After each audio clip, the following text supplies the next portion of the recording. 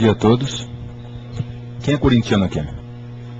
Para vocês vou falar 2 vezes, tá bom? É difícil, não, hoje não.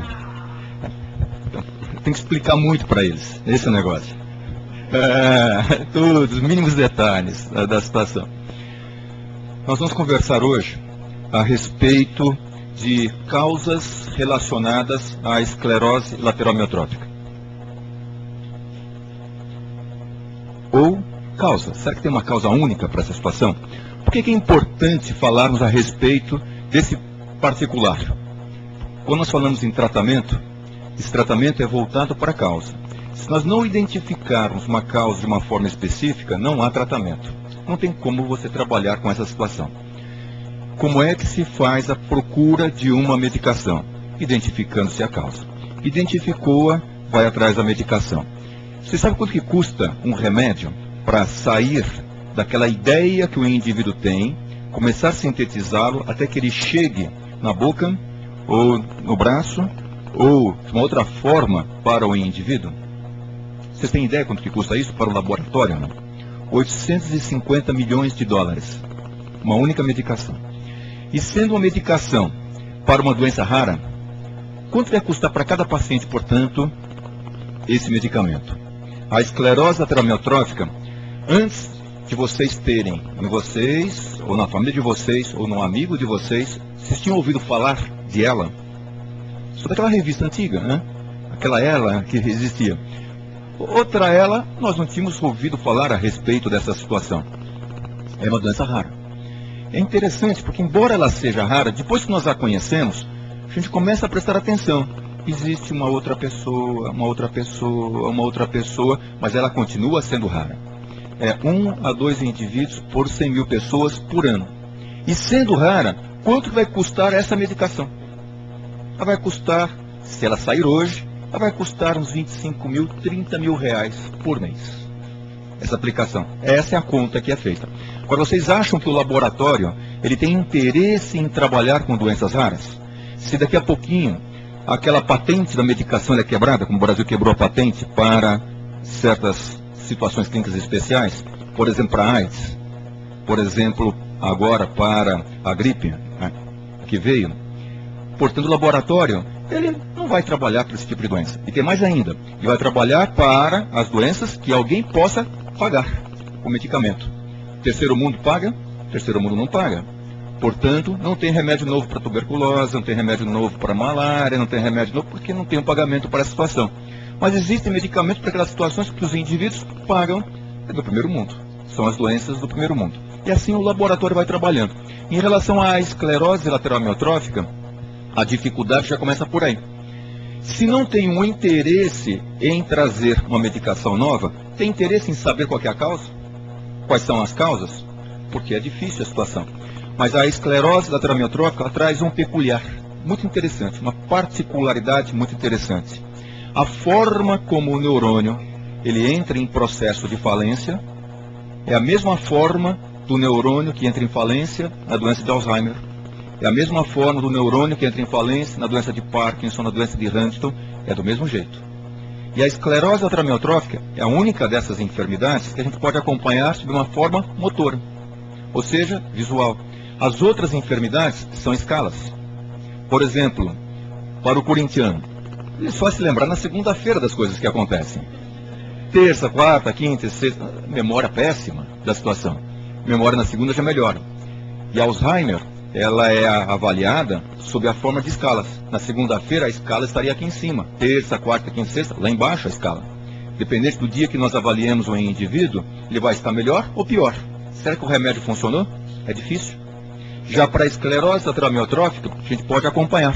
E a força, ela é igual. Na segunda, na terça, na quarta, na quinta, na sexta.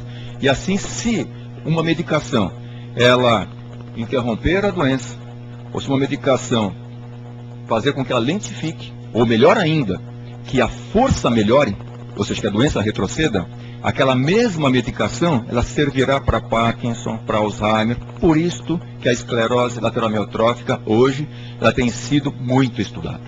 Ela tem sido estudada não pela sua raridade, não pela sua particularidade, mas exatamente por aquilo que ela pode proporcionar para os indivíduos. Portanto, o que a gente vai mostrar aqui é pesquisa intensa feita pelos laboratórios, pesquisas estas que consomem milhões de dólares, que consomem bilhões de dólares. Embora existam várias pesquisas, a pergunta que as pessoas fazem, especialmente quem já acompanha há mais tempo: puxa vida, se tem tanta pesquisa, por que não chega para mim um remédio novo? Não é isso mesmo? Por quê? Qual é a demora da situação? O que acontece para chegar um remédio novo, então? Qual que é o problema? O problema todo é que você não pode criar uma nova doença. Não existe medicamento sem efeito adverso. Nós vamos comentar a respeito de uma particularidade muito interessante também. Não existe alimento sem efeito adverso. É igual com medicação. Tem que ter segurança, tem que ter eficácia, tem que ter efetividade a medicação, para que ela possa chegar até a prateleira, que nós a utilizemos e que tenhamos os resultados positivos desta situação clínica em particular. Falando em esclerose lateral amiotrófica, nós estamos falando da situação que compromete a via motora. A via motora é essa via que sai da área cortical, que é o primeiro neurônio, que vai até o segundo neurônio, que está na parte anterior da medula, e do segundo neurônio sai o nervinho, que vai ter um músculo esquelético. Portanto, para que nós movimentemos, um pouquinho de movimentação, há necessidade de eu pensar, recrutar os neurônios que estão aqui na região motora nossa, aquele estímulo desce, vai até a medula nervosa que está dentro da coluna, há uma confusão muito grande entre medula nervosa e medula óssea, são situações distintas, medula óssea é do sangue, medula nervosa é do nervo, e da medula nervosa sai o nervo que vai até o músculo esquelético para fazer a movimentação. A esclerose lateral amiotrófica, ela está relacionada, bom dia, ela está relacionada com o comprometimento desta via motora. A pessoa com esclerose lateral amiotrófica tem comprometimento do primeiro neurônio, dessa área, e tem comprometimento associado do segundo neurônio. Fala, dona Érica.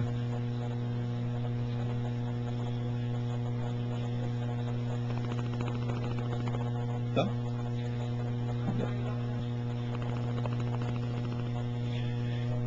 E a esclerose lateral amiotrófica, portanto, tem comprometimento do primeiro neurônio e do segundo neurônio ao mesmo tempo. E o envolvimento do primeiro e do segundo neurônio, eles fazem com que a pessoa tenha fraqueza muscular. O envolvimento do primeiro neurônio faz com que o reflexo fique aumentado, que tenha aquela espasticidade, a musculatura fique endurecida, enrijecida. O segundo neurônio tem a atrofia, a musculatura ela murcha, e tem aquele tremor na carne, que é a fasciculação. Isto é a esclerose lateral amiotrófica, com envolvimento tanto do primeiro como do segundo neurônio.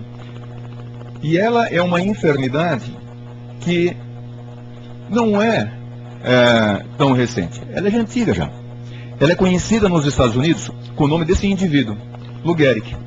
Ele, aos 23 anos de idade, ele acabou a faculdade lá nos Estados Unidos, na Columbia University, e foi contratado para jogar num time profissional chamado Yankees. Esse indivíduo muito forte, resistente, ele bateu praticamente todos os recordes na época de jogo de beisebol. Esse indivíduo, ele tinha um recorde, batido só recentemente, de partidas consecutivas jogadas. 2.164 partidas. Ele só perdeu para viagens do Lula, da situação. O Lula já ultrapassou isso já faz algum tempo já. E na época que ele jogava, veja só, as viagens eram feitas de ônibus, não havia avião. Ele nunca perdeu uma partida, sempre como titular. Um indivíduo muito forte, muito resistente, inteligente, e aos 35 anos de idade, ele começou a apresentar um quadro de fraqueza muscular, de atrofia, de fasciculação. 35 anos de idade. E na época, o médico que o examinou, deu-lhe o diagnóstico, na lata. Na época, o médico que o examinou falou: o senhor tem uma doença evolutiva, irreversível, incurável e fatal. A única coisa que acertou era fatal. Que acertou na época.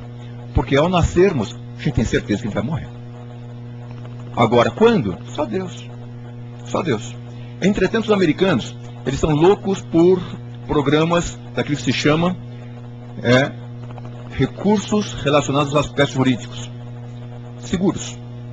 E como ele tinha um seguro de vida, havia necessidade, portanto, que fosse dada essa informação para ele. E a orientação foi: o senhor tem que se retirar dos campos de beisebol, 2 semanas depois do diagnóstico feito, do prognóstico também, ele se retirou realmente dos campos de beisebol. Nesse campo cabiam 27 mil pessoas, nesse dia 61 mil pessoas estiveram lá. Foi uma comoção na cidade de Nova York, no Yankees Stadium. O discurso dele foi um discurso belíssimo em relação à vida. Ele que viveu o tempo todo tentando acertar a bolinha, e os indivíduos muito bons, de cada 3 bolinhas arremessadas, eles acertavam uma vez. Ele ia para a bolinha como se tivesse que acertá-la e tivesse uma oportunidade de 50%. Ele viveu a vida toda no 50-50, 50%. Só que ele ia para os 50% que favoreciam a ele. Ele iria continuar a viver todos os dias dele igualzinho como que ele estivesse jogando beisebol. Ou seja, 50% de chance para acertar a bolinha. E por que ele iria viver com 50% de chance de morrer? Portanto, ele iria aproveitar todos os dias da vida dele, e assim ele fez. Mais 2 anos. E realmente foi uma doença evolutiva, irreversível. Ele não teve nenhuma melhora na evolução dele, mesmo ele tentando os medicamentos na oportunidade. 2 anos depois, ele estava falecendo, e ao falecer, esse aqui é um amigo dele que jogava consigo, ao falecer, a esposa dele começou uma batalha para tentar identificar por que uma pessoa tão bela, uma pessoa tão resistente, tão inteligente, tão amada, desenvolvera uma doença desse tipo.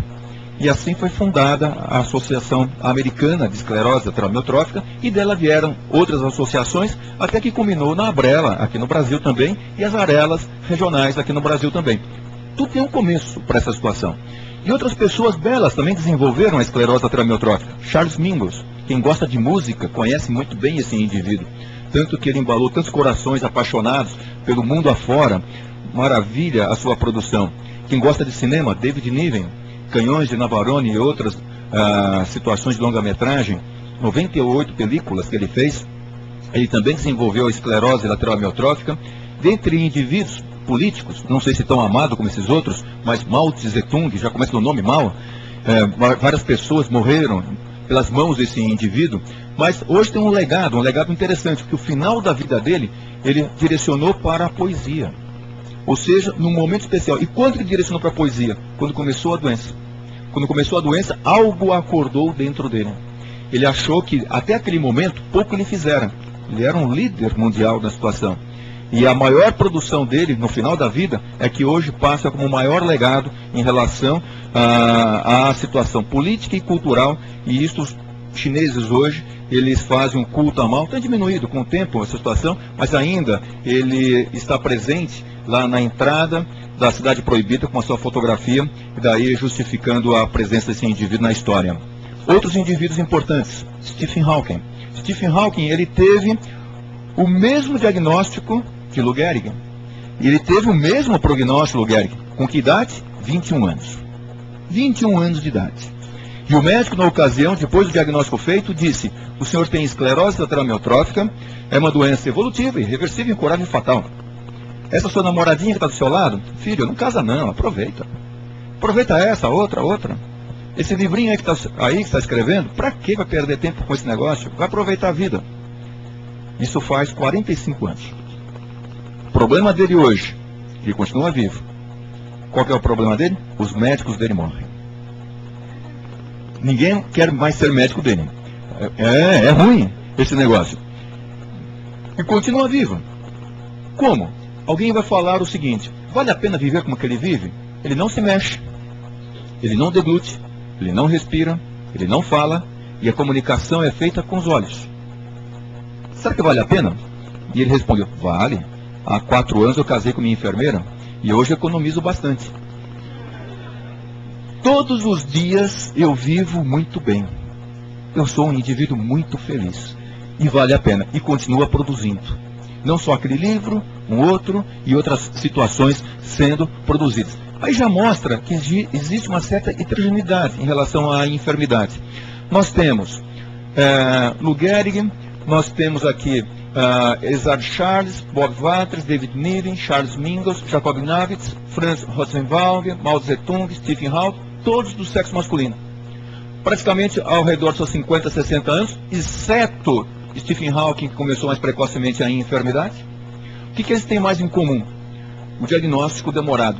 1 ano para fazer o diagnóstico. Isso na época que eles foram diagnosticados. Nós estamos em 2009, é a mesma coisa. do primeiro sintoma ao diagnóstico é 1 ano. É igualzinho. E mais ainda, do primeiro sintoma ao diagnóstico, 4 médicos. Em média. É difícil o diagnóstico. Por qual razão? Porque não tem um exame que seja específico da enfermidade, que dê o diagnóstico definitivo da situação clínica. Portanto, há necessidade de pensar em fazer exames para se afastarem outras causas que possam mimetizar a esclerose lateral amiotrófica. No trabalho feito pelo Roberto, pelo Abrão, que é da Escola Paulista de Medicina, nós temos a nossa população brasileira ao redor dessa faixa etária, dos 50 aos 60 anos. Essa é a média. Entretanto, existem indivíduos mais jovens, existem indivíduos mais idosos que essa situação clínica. Eu falei homens, mas eis que a primeira descrição de esclerose lateral amiotrófica, feita por esse indivíduo inglês, foi uma mulher. Portanto, também é uma doença de mulher. E outras descrições de esclerose lateral amiotrófica do século XIX, por Charcot, também em mulher, porque ele trabalhava no hospital feminino. E foi chamada a atenção para ele dessa situação que a gente conhece de esclerose lateral amiotrófica. Tratava-se de uma senhora de 58 anos, muito bem retratada, e no trabalho feito pelo Roberto e pelo Abraão, nós vemos que ela afeta tanto homens, em azul, como que está presente aqui, como em mulheres também. Só que predomina a doença nas pessoas do sexo masculino. Então já tem uma situação de 50, 60 anos, fazendo parte já das causas da situação, e tem uma certa predisposição para os homens. Tem, portanto, alguma relação com a parte hormonal, provavelmente, androgênica, provavelmente, ou com a atividade física que as pessoas façam, ou pelo menos menor esperteza que os homens têm também. Pode ser explicação. Entretanto, quando as pessoas vão ficando um pouco mais velhas, as mulheres começam a ter um pouquinho mais a esclerose lateral amiotrófica dos homens. Talvez isso reflita a longevidade maior feminina, 5 anos a mais, que elas têm de longevidade, elas vivem mais tempo. E chama de sexo frágil, né? Imagina só. Em relação ao prognóstico, diz o seguinte: olha, quando começa o sintoma, até o óbito, em média de 3 a 4 anos. Isso que tem lá. Entretanto, a gente queima a mão todos os dias. Há pessoas que continuam a viver, a viver. Eu acompanho uma senhora que já tem mais de 20 anos. Eu acompanho. Desde o diagnóstico. Mais de 20 anos. Um senhor, mais de 20 anos. Esclerose lateral amiotrófica clássica. Então aquela história de vai viver 3 anos e meio, 4 anos, isso é muito bom para a parte estatística, de bolso. É muito bom para o governo, para fazer as licitações de compra, por exemplo, de medicamentos. Mas não serve para o indivíduo. Para o indivíduo, a história é dele. Isso aqui é uma história de literatura. Entretanto, nós temos muitas pessoas vivendo além disto que as pessoas colocam, que os livros colocam, que os textos colocam também. Isso é muito importante. E quais são os fatores que permitem que essas pessoas vivam mais tempo? E de repente parece que a doença para certas pessoas. O que acontece? O que elas têm de diferente? Nós temos que aprender. Nós temos que descobrir essa situação também, porque vai facilitar. O que faz com que os neurônios que estão presentes no corno anterior da medula, por exemplo, eles com o tempo, eles entrem num processo de diminuição de número? Por que eles entram em degeneração? Por que eles morrem? Quais são os fatores que levam a essa situação e quais são os fatores que protegem os neurônios para entrarem nesse processo de falência? É nisso que nós temos que entender. Em relação ao neurônio, no corno anterior da medula, nós temos um neurônio, acompanhem só essa situação, um neurônio de uma cor intercalado com um neurônio de outra cor. E esse, por sua vez, é intercalado com este. E as fibras musculares, elas assumem a cor do seu neurônio. Nós temos um neurônio, por exemplo, para a perna, um neurônio para 400 fibras musculares.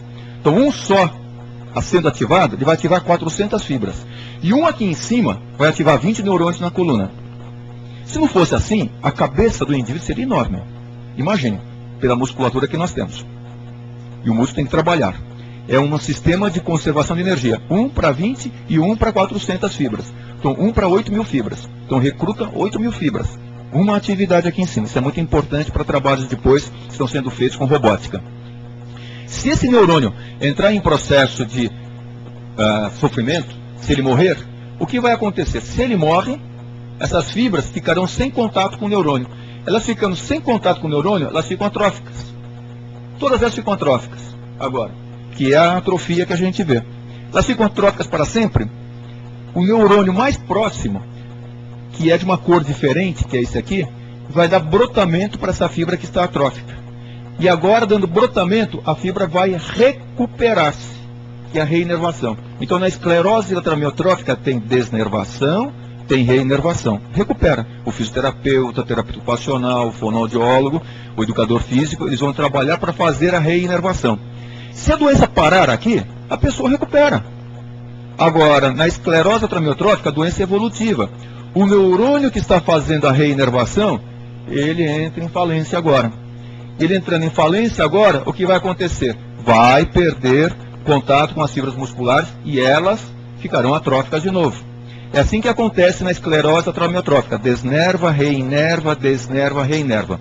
Portanto, as medicações, o que elas vão ter que trazer? Olha, o melhor remédio, não desnervar, não morrer. É o remédio protetor total. Esse é o melhor de todos. Uma vez que comece o processo, qual que é o remédio? Que o neurônio reinerve mais rápido. Qual outro remédio? Que o neurônio que reinerve, ele não entre em processo de falência. Ele tenha um processo de segurança agora. Que ele fique vivo agora. Portanto, as medicações tentam fazer exatamente essa situação. E descobrir como que o neurônio fica mais forte. E descobrir quais são os mecanismos para ele viver mais tempo com vitalidade. São todos os mecanismos feitos em relação ao processo de procurar tratamento. Mas para isso, nós temos que identificar se existe uma causa. Causa única não existe para nada. Não tem causa única. Aquela história, pegou resfriado porque saiu no sereno. Também saiu no sereno, mas não é só isso. Estava predisponente, estava com resistência baixa, teve contato com outro indivíduo, e assim vai. São as explicações para aquele resfriado que pegou. Portanto, certeza absoluta. São causas múltiplas que estão envolvidas no neurônio. O neurônio, esse neurônio, por exemplo, que sai da coluna, imagina só, ele sai da coluna, tem um nervo e vai para as fibras musculares. Olha o tamanho dele. Olha a distância que ele tem que fazer. O Nelson Neves já tem menorzinho o neurônio que aparece. Mas esse neurônio ele é gastão. Ele precisa trabalhar muito. Portanto, o momento todo ele está trabalhando. Ele tem um tamanho grande, ele tem um axônio. Axônio é aquele filete que sai dele, que vai até o músculo que aparece. É bastante grande. Ele tem que trabalhar muito. Ele precisa de muita energia. Quem que dá energia para a célula? A mitocôndria, que é a nossa Angra 1, Angra 2, Angra 3. Ela está fazendo energia para que o neurônio funcione de uma forma normal. E como que tem o contato entre as células? Primeiro o neurônio, segundo o neurônio. Só que não é como fio assim, olha, sequencial. Se fosse fio sequencial, a gente esquentaria muito. Então não pode ser fio sequencial. Não tem fio de cobre que aparece. Tem que ter interruptores. Quando há o interruptor de luz, que aparece, por exemplo, está apagado, eu aciono, faço o contato, liga, tem eletricidade. Mas se eu fizesse desse jeito, a gente aqueceria também. Então Deus nos criou de uma forma especial. Tem o primeiro neurônio, tem o segundo, mas o primeiro ele não se encosta no segundo. Mas como é que o estímulo elétrico que sai da cabeça passa para o segundo aqui na coluna? Como é que passa? Bom dia. É forma química. Então o primeiro neurônio que está aqui, vem o estímulo elétrico ao longo dele. Quando o estímulo chega na parte do fim dele, na parte terminal dele, aqui existe o combustível, que é o neurotransmissor. Neurotransmissor que transmite a informação neurológica. Esse neurotransmissor, ele é liberado. Ele sendo liberado agora, ele vai atuar no segundo neurônio. Ele estimula o segundo neurônio. Ele dá um choquinho no segundo neurônio. E esse choquinho agora faz um estímulo elétrico e vai caminhar ao longo do segundo neurônio. Até que chega o estímulo no músculo. E faz o músculo ter força, contração. É assim que a gente funciona. E essa substância aqui, que atua entre o primeiro e o segundo neurônio, que é o neurotransmissor, é que faz o neurônio funcionar, se chama um neurotransmissor excitatório, que excita o neurônio. Ele que faz funcionar. Mas tudo aquilo que faz funcionar, mata também. É como paixão. Paixão funciona, faz funcionar, mas muita paixão, mata. Pessoas morrem de paixão, é igual ao neurônio. E a esclerose lateral amiotrófica é mais ou menos isto. Ocorre uma estimulação muito acentuada do segundo neurônio. Ou porque está liberando mais o combustível, ou porque o combustível liberado, em excesso, ele não é tamponado pela célula ao lado. Precisa ter célula ao lado para controlar, que é a mãe. A nossa mãe, vai com calma, cuidado com o sereno, olha o futebol, tem que estudar. Ou seja, organizar a função dele. Se não tem a célula que organize essa função, o neurônio ele morre. Ele entra em processo de degeneração. Quando a gente fala em célula-tronco, fala-se muito em célula-tronco do neurônio. Não basta colocar só a célula-tronco do neurônio. Tem que colocar o neurônio e tem que colocar a célula ao lado para proteger o neurônio, para fazer que o ambiente ele fique melhor, para tamponar, para retirar essas substâncias que estão em excesso, esses neurotransmissores estão em excesso em relação ao neurônio. Há várias formas, portanto, de funcionabilidade. E dentre essas formas de funcionabilidade, existem propostas terapêuticas. Controlar a liberação desse excitante, fazer com que esse receptor, que é a fechadura da porta, funcione de uma forma normal, onde que recebe esse neurotransmissor, a célula ao lado que consiga captar o excesso de combustível liberado. Portanto, são feitas várias tentativas com várias medicações para que ocorra um processo melhor para isso. Dentre os medicamentos testados para a situação, foi o Riluzol. O Riluzol, o que ele faz? Ele atua exatamente nessa situação, tentando controlar a liberação e o tamponamento desse neurotransmissor. E a gente sabe que realmente consegue controlar, dá mais longevidade para as pessoas. Já foi um ganho, mas não basta isso. Nós temos que aprender mais a respeito disso, e há várias propostas de utilização em vários locais. Dentro do neurônio, acontece uma cascata metabólica fantástica dentro dele. O estímulo elétrico, ele chega aqui, abre o canal iônico, entram cargas positivas e dentre elas vai ativar o cálcio. O cálcio é fundamental para todas as células, não é só para osso não. Só que o cálcio, agora dentro da célula, ele vai ativar várias enzimas e várias situações metabólicas. Dentre elas, fazendo a mitocôndria, que é a nossa Angra 1, Angra 2, fazer energia. Esse cálcio é fundamental para fazer com que o retículo endoplasmático, que é uma organela presente dentro da célula, faça as proteínas. Dentre as proteínas que vão regular o fluxo de substâncias ao longo daquele axônio, que é o fio que sai do neurônio até o músculo. Várias proteínas são feitas e que vão direcionar-se até o músculo para dar a força para o músculo. Portanto, o cálcio, ele torna-se bastante importante e fundamental. Ele faz a célula funcionar, ele faz com que as organelas criem energia. Só que tudo que é criado, produz também lixo. Tudo. Nós fazemos energia, a gente produz lixo. É igualzinho na nossa casa, é do mesmo jeito. Se pensando na nossa casa, é igualzinho a célula. E o lixo tem que ser jogado para fora. Senão vem rato, barata, corintiano, vem embora esse negócio tudo. E infecta mesmo, infesta lá, aquele negócio. Então tem que limpar.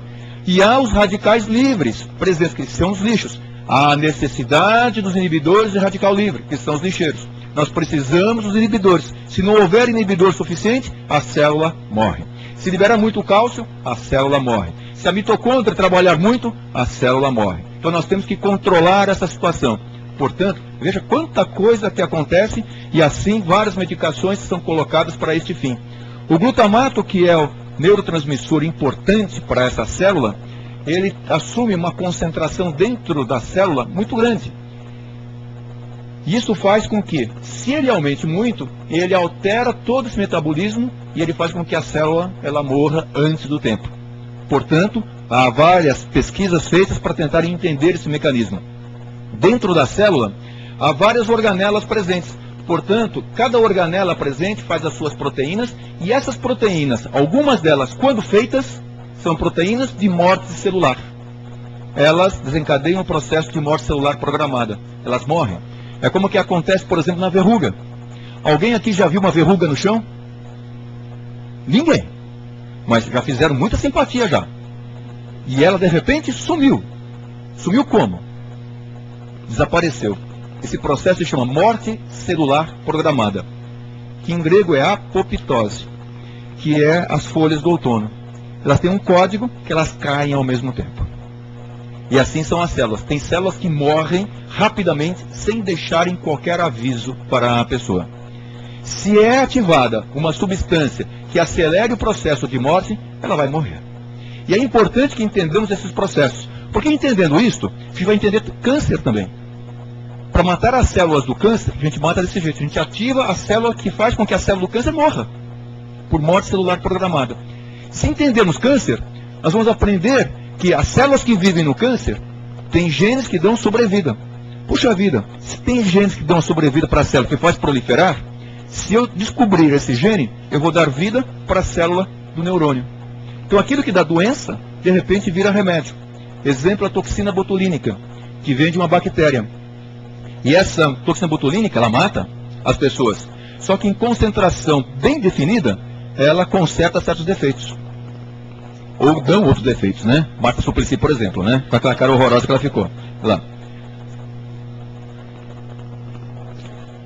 E assim, o neurônio ele pode entrar num processo de morte.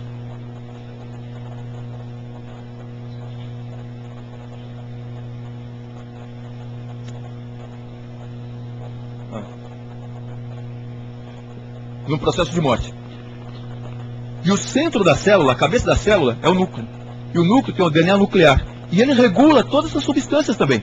Se houver uma alteração dentro do núcleo, nós vamos alterar toda essa dinâmica da formação celular. Portanto, como é que as pessoas começam a estudar isso? É muito cara a pesquisa. E os indivíduos têm um orçamento limitado. Eles têm que ser espertos. Uma das formas é estudar população diferente. Qual a população diferente? Uma população, por exemplo, que tenha a forma familiar da esclerose lateral amiotrófica. Então tem uma forma familiar, que ela é a mais incomum, que representa 5 a 10% dos indivíduos. Ao estudar essas formas familiares, dentre elas, descobriu-se que tem uma que tem a deficiência dessa enzima, chamada superose desmutase. Qual que é a importância dessa superose desmutase? Ela que é o lixeiro da célula. Ela que tira o lixo que a célula produz na sua formação de energia. E quando tem defeito no lixeiro, acumula substância ruim. Aí vem a doença também. Entendendo-se essa situação, todo esse metabolismo, onde vai acumulando lixo tóxico da célula, entendendo-se todo esse processo, nós vamos poder criar medicamentos específicos para colocar lixeiro lá. Ou seja, para retirar a substância tóxica que é o radical livre da célula. Só que não tem só essa forma da superose desmutase. Existem outras formas familiares. Dentre as formas familiares, essa população brasileira que vem dessa região de Minas Gerais, que vai até na região de Guarani, próximo ao Rio de Janeiro, estado do Rio de Janeiro. Quantas pessoas envolvidas nessa família que tem uma forma chamada ELA do tipo 8. E é uma proteína que é feita, que ela tem que seguir pelo axônio, só que essa proteína ela é defeituosa. É como se fosse um motoqueiro na 23 de maio. Um motoqueiro que anda em zigue-zague e de repente ele cai. Um motoqueiro pequenininho, com a moto pequenininha, ele para a 23 de maio. É assim que acontece com ela tipo 8. É uma proteína que anda em zigue-zague, ela não anda em uma velocidade normal, e ela resolve parar no meio do caminho, lá do axônio. Interrompe todo o fluxo para trás. Cria-se a doença para essa situação. Se consertarmos essa proteína, acaba-se o problema. A gente começa a entender melhor essa situação. Como é que a gente entende melhor? Essas entidades relacionadas com a forma familiar. E nós vamos entendendo o que acontece com a formação proteica, o seu fluxo, como que elas vão caminhando e como que elas vão se associando com seus amigos para que seja ajudada nessa situação de transporte. Se o transporte dela ficar afetado, como fica aqui, acontece uma alteração no comecinho da célula, que é no núcleo da célula, e uma alteração também no seu caminho. Então você fala, puxa vida, mas só um motoqueiro para a cidade? Para. Veja uma greve de professor. Para uma cidade. Que tem na Avenida Paulista, naquela situação que às vezes as pessoas resolvem se aglomerar lá e tal, para a cidade também. E assim vem a doença, e é importante entender esses mecanismos. Porque se entendermos esses mecanismos, nós vamos fazer recuperação celular. É isso que os indivíduos fazem em laboratório. Para laboratório, há necessidade de modelos animais. Os camundongos, os macacos, sacrificamos muitos macacos, hoje é proibida essa situação, e daqui a pouquinho nós vamos ter dificuldades para trabalhar com camundongos. Talvez, a gente só não vai ter dificuldades para trabalhar com barata. Então nós estamos fazendo aqui, se tiver impossibilidade de trabalhar com camundongos, nós vamos começar a trabalhar com baratas. Eu acho que ninguém vai ser avesso a essa situação, talvez, né? Que tem. Em relação à célula, a informação é passada de uma célula para outra célula, através de fatores, chamados fatores tróficos. Eles são muito importantes, porque eles dão informação tanto no sentido anterógrado, ou seja, daqui para frente, e retrógrado, de lá para cá. dão informação para a célula. Se perdermos essa informação, que é a comunicação, a célula deixa de se comunicar. Portanto, o estudo dos fatores tróficos é muito importante para o entendimento do processo da célula. Vocês já ouviram falar já em atletas? Atleta que faz muita atividade física, não sei o que mais, e de repente ele é propenso às infecções. Isso acontece mesmo. Ou seja, o processo de muita atividade predispõe o indivíduo a um processo inflamatório e infecções. Na esclerose lateral amiotrófica, isso acontece também. Existe não uma situação de infecção mais predisponente, mas o neurônio, ele apresenta-se mais inflamado. E esse processo inflamatório pode acelerar o processo de morte celular. Então, há pesquisadores trabalhando essa situação. E há pesquisadores trabalhando o meio ambiente. Dona Marina da Silva, ela tem razão total. O meio ambiente é uma das situações que predispõe à manifestação da doença, ao desenvolvimento da doença. Como? A célula que se encontra aqui, presente, e ela é uma célula muito sensível. As coisas que acontecem no seu meio interferem na vitalidade dessa célula. Bom dia. E a célula, ela tem que ter defesa antioxidante. Ela tem que ter enzimas de reparo. Se as defesas antioxidantes, que são os lixeiros, não estiverem presentes, a célula morre. Se as enzimas de reparo não repararem os defeitos, ela morre. E assim, há algumas coisas que aceleram o processo de alteração das defesas antioxidantes, das enzimas de reparo e que oxidam as proteínas, as gorduras e o DNA da célula. Dentre elas, raio-x, irradiação, poluentes, essa situação da camada de ozônio comprometida, essa é uma das situações, a poluição do ar que aparece, os micro-organismos, trauma que tem, aí vem estresse, raiva, ódio, depressão, ansiedade, outras doenças que nos acompanham, que vão favorecendo esses processos que estão sendo colocados para os indivíduos. Então, isso é importante. Uma outra situação, nós fomos feitos para trabalharmos. Quem é que vive mais? Quem é que vive mais? A tartaruga ou o beija-flor? O beija-flor tem uma frequência cardíaca de 640 por minuto. A tartaruga vive mais. Quem que vive mais? Aquela vovó toda agitada, ou aquela que acaba de almoçar, tira a palhinha depois do almoço, que faz o tricô, o crochê e tal, ou aquela que sai para trabalhar, buscar neto, não sei o que mais, quem que vive mais? A do crochê. Tem. Ou seja, as pessoas vão nos ensinando. Nós somos feitos para trabalharmos, para termos objetivos definidos, capacidade de novas coisas, mas de uma certa organização no dia a dia. Correria não funciona bem para essas condições. Nós vamos ver em certa situação clínica, uma situação clínica chamada poliomielite. Pessoas que tiveram polio na infância. O que a polio tem a ver com a esclerose lateral amiotrófica? O mesmo neurônio na coluna, que é comprometido na polio, é o neurônio que é afetado na esclerose lateral amiotrófica. É igualzinho. Só que a pessoa da poliomielite teve o comprometimento do neurônio por infecção pelo vírus da polio. Neurônios morreram e neurônios sobreviveram. Os que sobreviveram, eles vão dar brotamento para as fibras que ficaram atróficas. E a pessoa que se encontrava na cama começa a ter força melhor e recupera.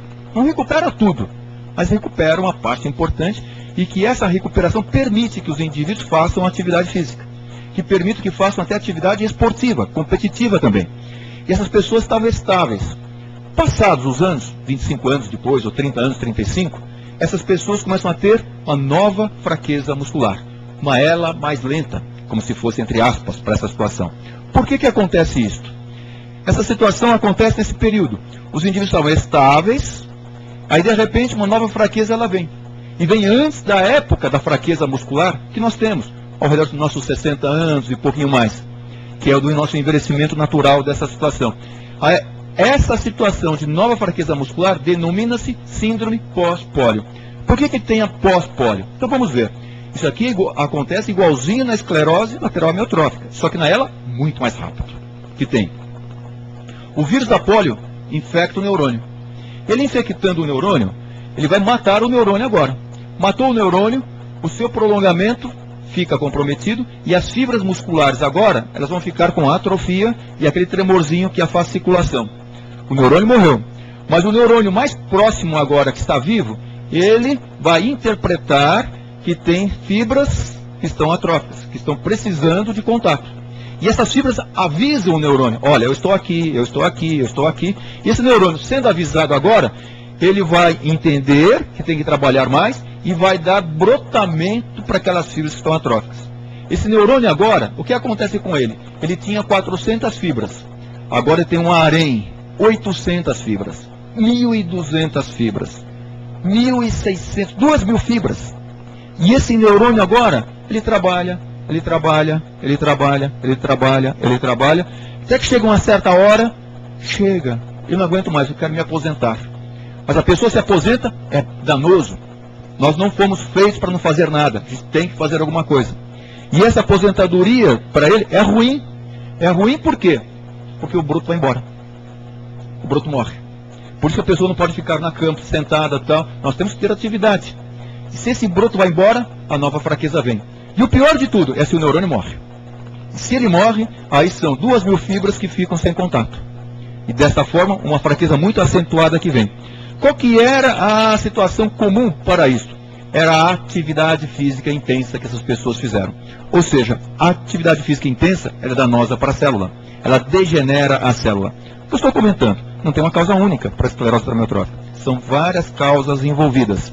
Desde aspectos de poluentes, de radiação, de trauma, infecção, micro-organismo, marca do indivíduo, a atividade física excessiva também. Portanto, a esclerose amiotrófica, ela tem múltiplas causas envolvidas nessa situação, fazendo com que aquela célula, que ela é gulosa, ela tenha uma sensibilidade aumentada a diversas situações que foram comentadas de uma forma bem rápida aqui. Quando os laboratórios começam a trabalhar com medicamentos, não tem um medicamento que atue em todas as etapas. Os medicamentos, eles vêm para cada etapa dessa. O que se preconiza para o futuro é que nós tenhamos um coquetel farmacêutico, farmacológico para um indivíduo. Se falamos um coquetel, vocês veem que nas nossas prescrições médicas, o indivíduo sai do consultório com 12, 14, 16, 20 medicamentos. Se nós formos atender essas propostas, nós sairemos com propostas de 30, 35, 40 medicamentos. Será que a gente vai ter uma resposta para essa situação? Talvez o mais adequado seja criarmos um mecanismo para que essa célula não entre num processo de falência, que é a prevenção. Então nós temos que entender esses processos para que façamos a prevenção para chegar nisso. E como é que se previne isso? Entendendo cada etapa dessa também. Ou, como as pessoas dizem, a célula-tronco. A célula-tronco é colocar novo neurônio naquela região para ele fazer função de neurônio. Isso é célula-tronco. Ou colocar as células ao lado para protegerem esse neurônio da sua situação. Será que a gente consegue? Talvez. Ou ainda a terapia genética. Com vírus, esses vírus levando substâncias para protegerem o neurônio em cada uma dessas etapas. Essas são as propostas terapêuticas. E é isso que nós vamos tentar identificar no próximo congresso internacional que será em Berlim, que vai de 2 até, eu acho que 9 de dezembro. No dia 12, nós temos um contrato, a reunião da Brela. E nessa reunião da Brela, nós vamos trazer já as informações a respeito desta situação. E talvez uma medicação para tentar trazer uma situação de controle para essas etapas essas que no final levam a um processo de neurodegeneração. Dentre as substâncias que estão sendo testadas, uma delas é o do glutamato, tentar melhorar o controle desse glutamato. Uma outra é em relação ao lixeiro, colocar lixeiros específicos para limparem essa célula. Uma outra são aquelas substâncias que fazem com que a célula morra, ou seja, se a gente conseguir entender como que elas morrem, nós vamos proteger essas células. Em relação ao processo da inflamação que aceleraria o processo de morte, ou substâncias que melhorariam o fluxo exoplasmático, que são os policiais na rua. Quando pega o motoqueiro lá e tal, já chama a SAMU já tira e já chega lá, vamos lá. Ou seja, aprender essa situação. É igualzinho que aparece nisso. E a substância que tem maior potencialidade de utilização é essa aqui, chamada VEGF, que é um fator de crescimento do endotélio vascular, que faz o neurônio crescer. Se ele faz crescer, ele faz o neurônio brotar. Isso já está acontecendo em modelos animais. Então talvez seja a medicação mais rapidamente para nós em relação à esclerose lateral amiotrófica. Entendendo-se essa situação, então aqui está de novo Lugeric, que está presente aqui. Esse indivíduo, Raffaele Guariniello, ele é um promotor italiano. Ele estava muito preocupado com as doenças relacionadas com esporte de alto nível, como ciclismo, com o aparecimento de câncer nesses indivíduos, aparecimento de morte súbita nesses indivíduos, de outras doenças, dentre elas doenças cardiológicas, e ele surpreendeu-se com o número de pacientes com esclerose lateral amiotrófica, ex-ciclistas e jogadores de futebol. Isso chamou muito a atenção para ele, e fez com que um outro indivíduo, chamado Adriano Chior, que é um médico lá de Turim, ele avaliasse jogadores de futebol. E assim, eles conseguiram contactar 43 jogadores e 39 mil contactados. 24 vezes mais frequente que no resto da população. Alguma coisa no futebol faz com que apareça a doença mais frequentemente. Pode ser a atividade física. Eles achavam que era o cabeceio na bola, mas não é. Porque os indivíduos que mais desenvolvem são os alas, aqueles que correm pela lateral do campo, e os meio-campistas, aqueles que ficam no campo que correm mais. Ou seja, alguma coisa relacionada com a atividade do ir e voltar muito frequentemente, várias partidas consecutivas jogadas, como aquele moço lá, o Lugeric, com várias partidas consecutivas jogadas. É a mesma coisa que acontece nesses indivíduos. Dentre os indivíduos que desenvolveram esclerose amiotrófica, nós temos o Stefano Borgonovo, de 43 anos, Borgonovo cerca de 5 anos antes, Borgonovo agora entrando numa cadeira de rodas, no estádio lotado, numa partida feita no ano passado, 8 de outubro, em homenagem a ele mesmo, que aparece. E nessa situação está o Ronaldinho, aqui, o Ronaldinho cumprimentando o Borgonovo, embora ele estivesse na cadeira de rodas, nessa condição, cuja cadeira estava sendo empurrada pelo Roberto Baggio, aquele indivíduo que perdeu o pênalti contra o Brasil na Copa do Mundo dos Estados Unidos, em 94, ele se considerava um indivíduo feliz. Ele não se encontrava, de jeito nenhum, numa situação de infelicidade. Então o esporte parece que causa. Os cientistas, eles vão procurando onde é que a doença é diferente. É diferente na forma familiar. É diferente nos esportistas. Nós vamos procurar um fator que explique a situação. Ele é diferente numa parte do mundo. Que parte do mundo que é diferente?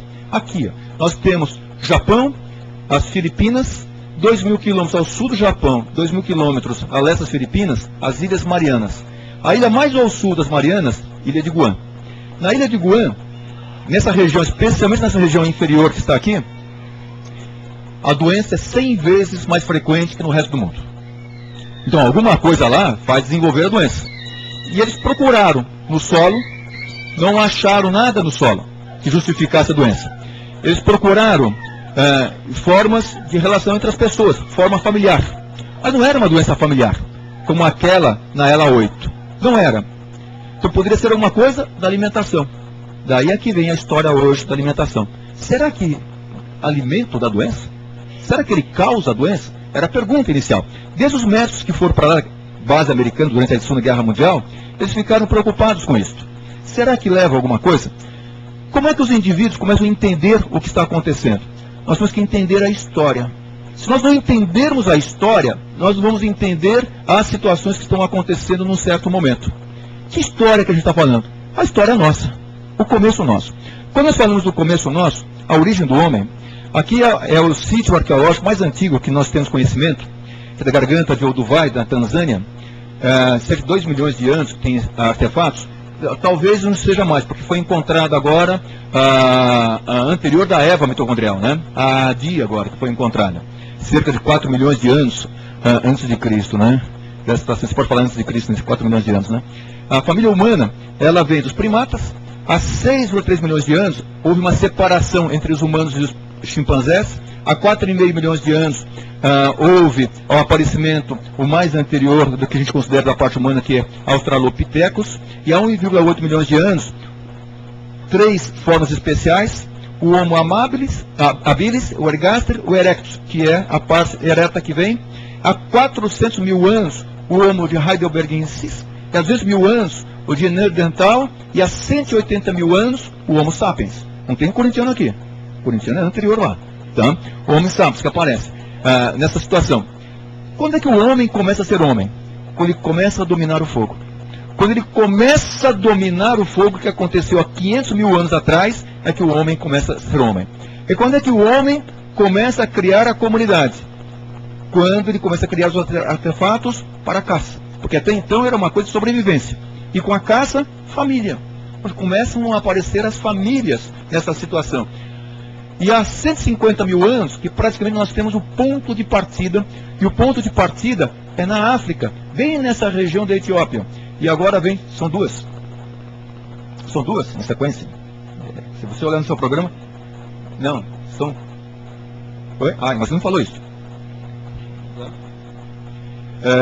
Aí tem a Lucy, que aparece aqui. Então nós temos a Lucy, que está presente aqui. Agora tem a Adi, bem nessa região.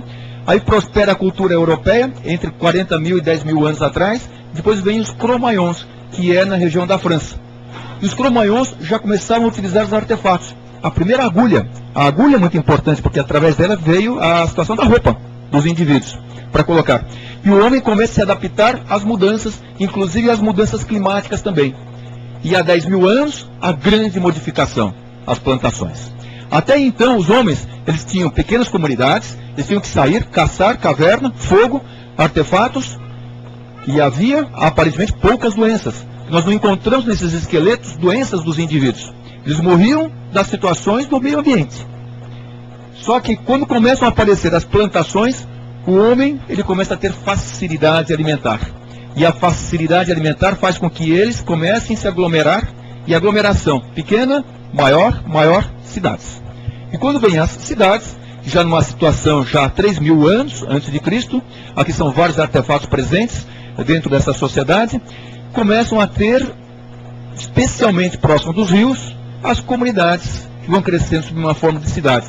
E dentre elas, especialmente no Oriente Médio. E no Oriente Médio, a Turquia, a Síria, o Iraque, nas suas comunidades, as cidades começam a aparecer e ocorre um aperfeiçoamento das técnicas agrícolas, especialmente em relação a equipamentos e irrigação. E os homens começam a viver em função das plantações. Aí vem a adoração aos deuses, ou a Deus. E essa adoração relaciona com o quê? Com o tempo. Chover e não chover. Inundação sem inundação. Celebração das estações do ano. As pessoas preocupadas com os movimentos cíclicos do Sol, Lua, estrelas. Aí começam a aparecer os matemáticos, os indivíduos que começam a tentar entender o que está acontecendo no seu meio ambiente por causa da alimentação também. Os espaços cerimoniais são criados, os recintos sagrados aparecem de uma forma crescente, desenvolvimento de crenças, que é a religiosidade, e começam a aparecer os metais. E o trabalho com os metais são as idades dos metais. A idade do cobre, do bronze, do ferro, do aço rudimentar, a corrida do ouro, que aparece que isso é uma bobeira que os indivíduos têm, e começam a aparecer as doenças. Porque os indivíduos começam a se coletivar, ficar coletivos, eles começam a se reunir, e nessa reunião começam a aparecer os contatos. Infecções, vírus, bactérias e outras coisas mais que são passadas para os indivíduos. E mais ainda, houve a necessidade de domesticar os animais. Os animais começaram a conviver com os homens. E começaram a trazer também os seus problemas. Exemplo, a gripe que nós temos agora, gripe porcina, não é isso? Da viúva porcina, que vem do porco, da gripe aviária, que vem da ave, que aparece. Os homens começaram a ter contato com os macacos. Por exemplo, a AIDS vem dos macacos, a HTLV1 vem dos macacos. E assim começam a aparecer outras coisas. E os homens têm que agora armazenar os alimentos. Porque eles começam a ter outros indícios para trabalharem, ele armazena. E o armazenamento de uma forma não adequada, contaminação e comprometimento dos indivíduos também. As civilizações mais consolidadas foram no Oriente Médio, na Mesopotâmia e Egito, cidades mais movimentadas e próximas foram daquela região, e desenvolveu-se o comércio, a matemática, a astronomia, a escrita e o florescimento de atividades culturais. Mas com muito preço. Aí começam a aparecer as enfermidades realmente. A hipertensão arterial sistêmica, doenças cardíacas, câncer, infecções. E os indivíduos tiveram que entender melhor esse processo. Por que que aparecem essas situações? Aí aparecem os indivíduos da área da saúde. O entendimento até então era muito pobre a respeito das doenças, ocorria uma valorização dos sacerdotes e dos curandeiros, começaram a aparecer os herbanários da extrato de salgueiro, por exemplo, que as pessoas utilizavam, e funciona, porque tem a aspirina do extrato de salgueiro para as cefaleias.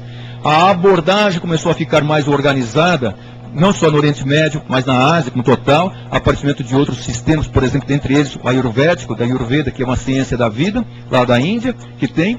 Começam a aparecer os amuletos para tentar proteger os indivíduos, e a utilização de várias substâncias da natureza e plantadas também como fonte de energia, como fonte de saúde e proteção às enfermidades. O que nós conhecemos não é tão recente não, vem desde o que da região da Suméria, que são as cidades do estudo, lá do sul, da região da próxima Babilônia, e vem para os gregos depois, essas informações. Os indivíduos começam a procurar aquilo que é mais importante para os indivíduos, para a manutenção de saúde. Não é à toa que eles procuraram um patrono para a cidade grega de Atenas. Dentre eles, de disputa, encontrava-se Poseidon. Poseidon trouxe a água potável. Já a Atena trouxe a oliva. Ou seja, com a oliva e água potável a pessoa viveria. Nós teríamos hidratação, teríamos energia, e através da oliva, a luz também, que aparece. Nós temos uma situação muito interessante de Deméter. Deméter é conhecida como Ceres. Ceres está muito relacionada com a situação que nós conhecemos de agricultura, das estações do ano, do morrer para crescer e nascer de novo. Esse é o processo. É o processo da ressurreição. É o processo da vida e morte também. Então as pessoas começam a trabalhar em relação à situação, ou seja, o que as pessoas acreditam do ponto de vista de religião, muito relacionado se encontrava com o aspecto de vida e especialmente de irrigação e de nutrição, por exemplo, com plantação presente. Deméter, ela praticamente está relacionada com todos os alimentos, exceto a oliva, que é de Atena, a vinha, que é de Baco, e do feijão, que o feijão não se comia, nessa época se considerava o feijão impuro, ele trazia enfermidades, não valia a pena comer feijão. São criados templos para homenagear essa situação, e os indivíduos vão entendendo mais qual que é o maior fator protetor para nós humanos. Não tem outro melhor protetor do que o aleitamento materno. Não existe.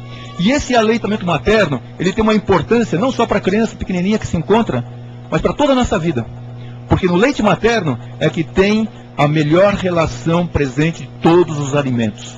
Tem a melhor água, a melhor gordura, a melhor oliva, e tem o carinho materno que passa para o resto da vida do indivíduo. Então o aleitamento ele é fundamental para as pessoas. Entendendo-se do aleitamento materno, entendendo-se o que está presente no leite, ou seja, aquilo que é o melhor para a alimentação. Mas dentro daquela condição. Mas só que a gente não pode ficar o tempo todo no aleitamento materno. Nós temos que ter outras fontes de alimentos, que é a orientação de hoje, que vai ser comentado. E nós vamos nos apropriando de certos alimentos. E eles têm lá. É importante que a gente leia o que está presente naquelas garrafas, naquelas latas, lá estão.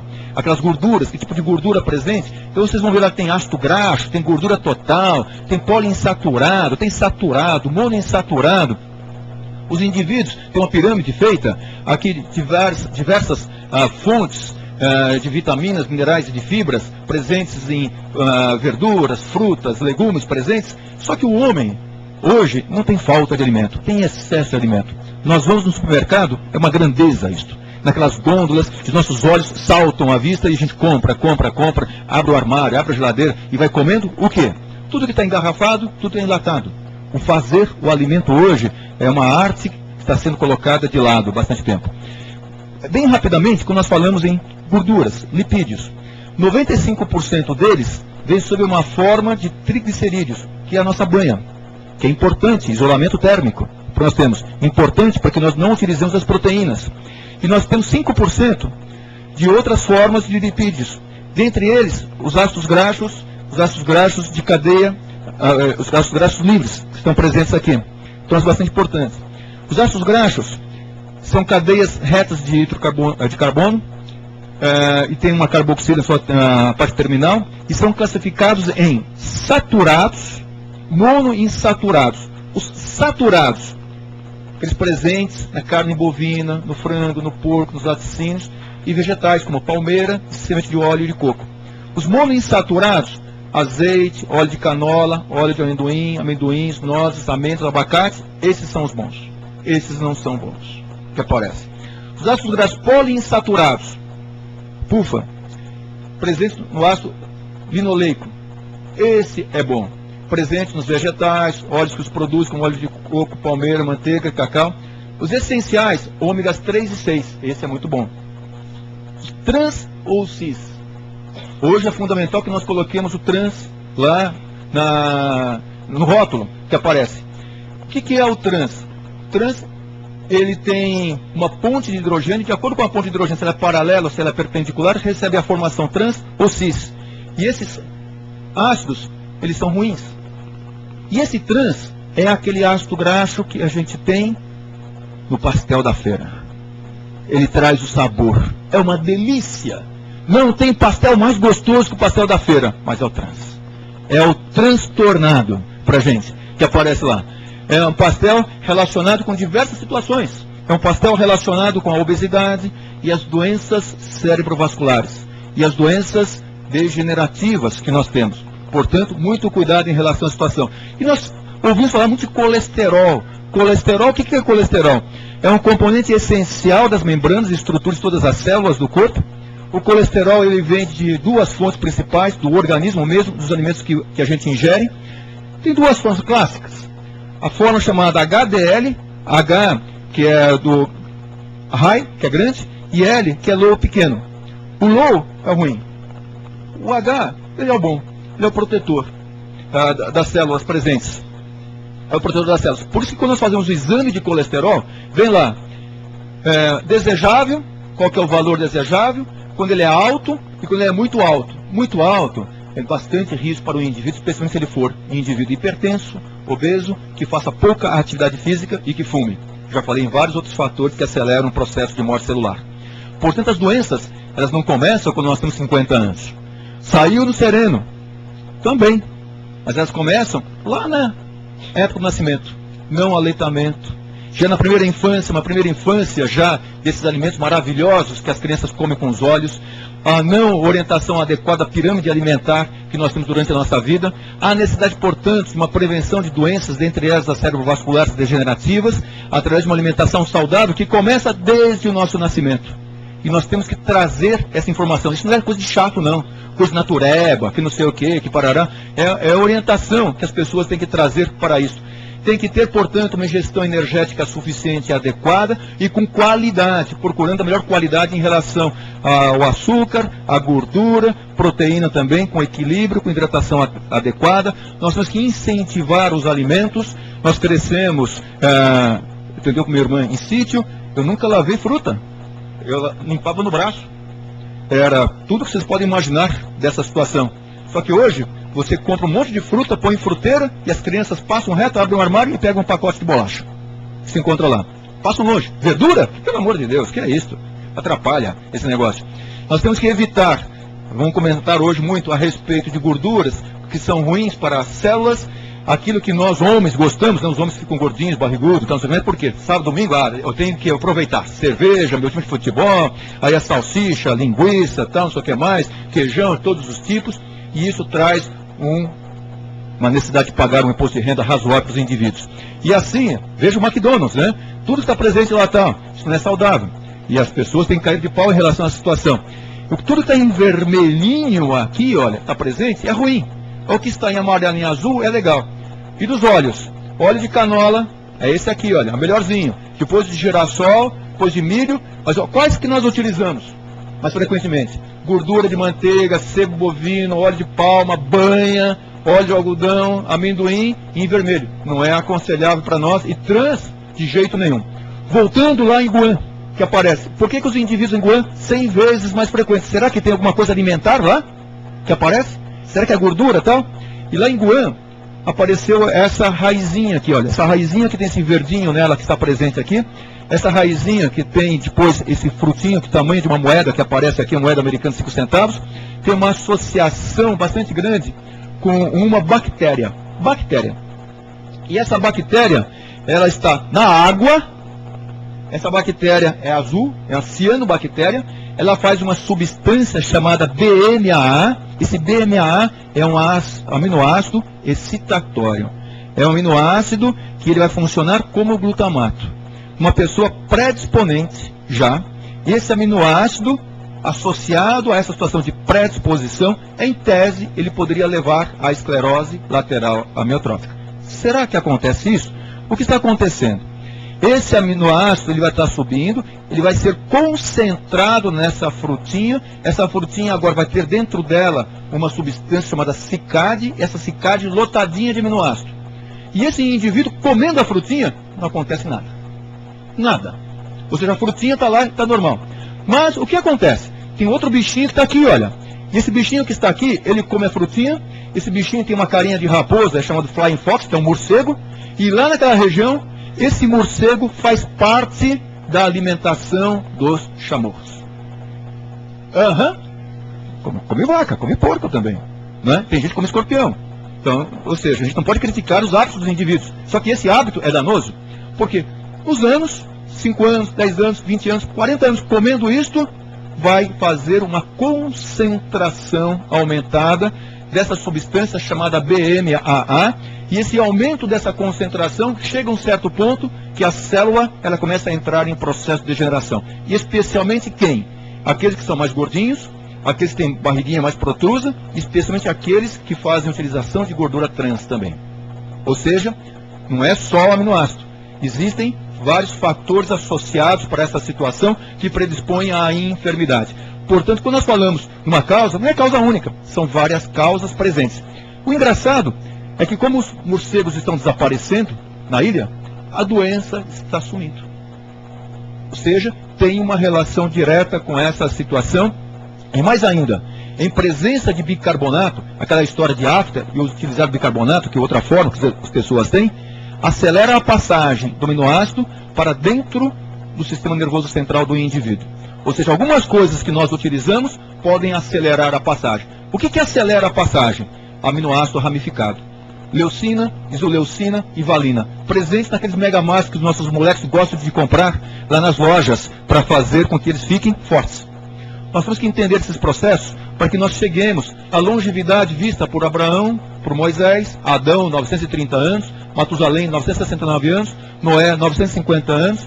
Na época, a Terra ela era menos radioativa e não teve ainda o dilúvio trazendo tantos os problemas presentes nos indivíduos.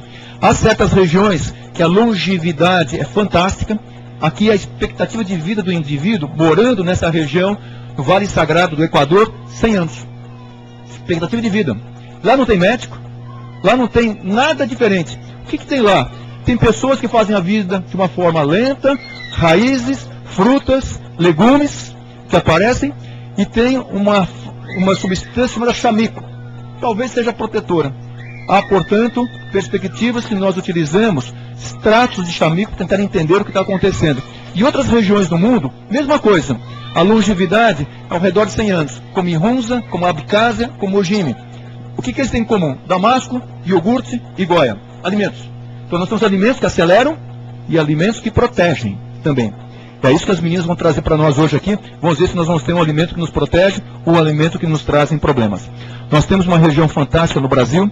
Isso aqui é em Bonito, Mato Grosso do Sul. Essa é uma região que é um riozinho. Nesse riozinho, veja só que fotografia mais brilhante.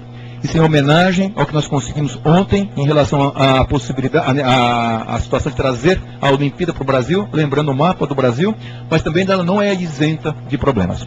Obrigado.